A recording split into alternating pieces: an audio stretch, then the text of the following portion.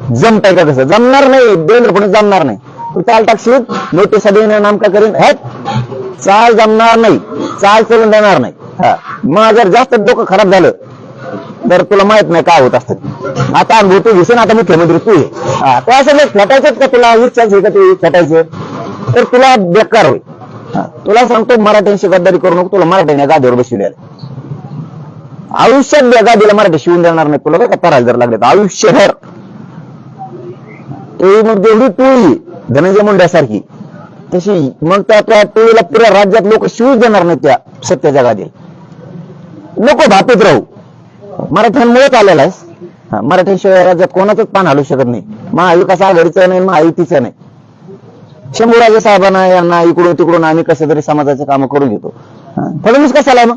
नुसतं काढा लावायला, काढायची पेटीच का तयार खिशात नुसती? तू आहे कशाला? तुला ते जमत नाही का? ज्या नोंदी सापडल्या त्या नोंदी तातडीनं द्या. रोग आला, लकवा लागला काय देवेंद्र फडणवीसच्या तोंडाला? पॅरलेस झाला याला. तुला नुसतं सूचना द्यायला काय होतं की जेवढ्या नोंदी सापडल्या, अधिकाऱ्यांनी नोंदी सापडल्या त्या अभ्यासकांना बोलवून त्यांची वंशावळ बोलून प्रमाणपत्र द्या.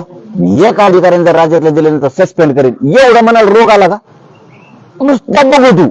म्हणजे याचं काम मला असं दिसतंय, गावात एक गुन्हे असतो बघा, नुसतं ऐकून घे तू, काहीच करीत नाही.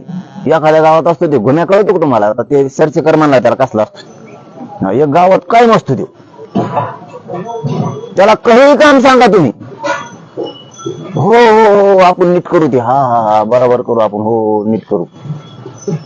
आणि नुसते ढकलीत घेणार, मजा बघणार, म्हणजे लोकांची येड्यात काढणार. त्याला येड्यात काढणं म्हणतात, त्याला हिणवणं म्हणतात.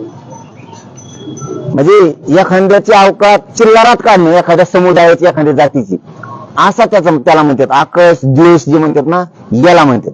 फक्त ऐकून घ्यायचं, करायचंच नाही, नुसतं गोड बोलायचं. ही भूमिका आपल्यापेक्षा गोड जमत नाही. आपण कोणत्याच मंत्र्याला सोडत नाहीत. शिंदे साहेब सुद्धा सोडलं नव्हतं मुख्यमंत्री असताना. त्याच्यामुळे शिंदे साहेब चुकत बी नव्हते. एकदा दोनदाच आम्ही शिंदे साहेबाला बोललो होतो चुकले की, त्याच्यानंतर त्यांनी सांगलं ते करतच गेले. म्हणजे जे सत्य येते हे करतच नाही, नुसतंच चलत वर तोंड करून कोणकडे बी.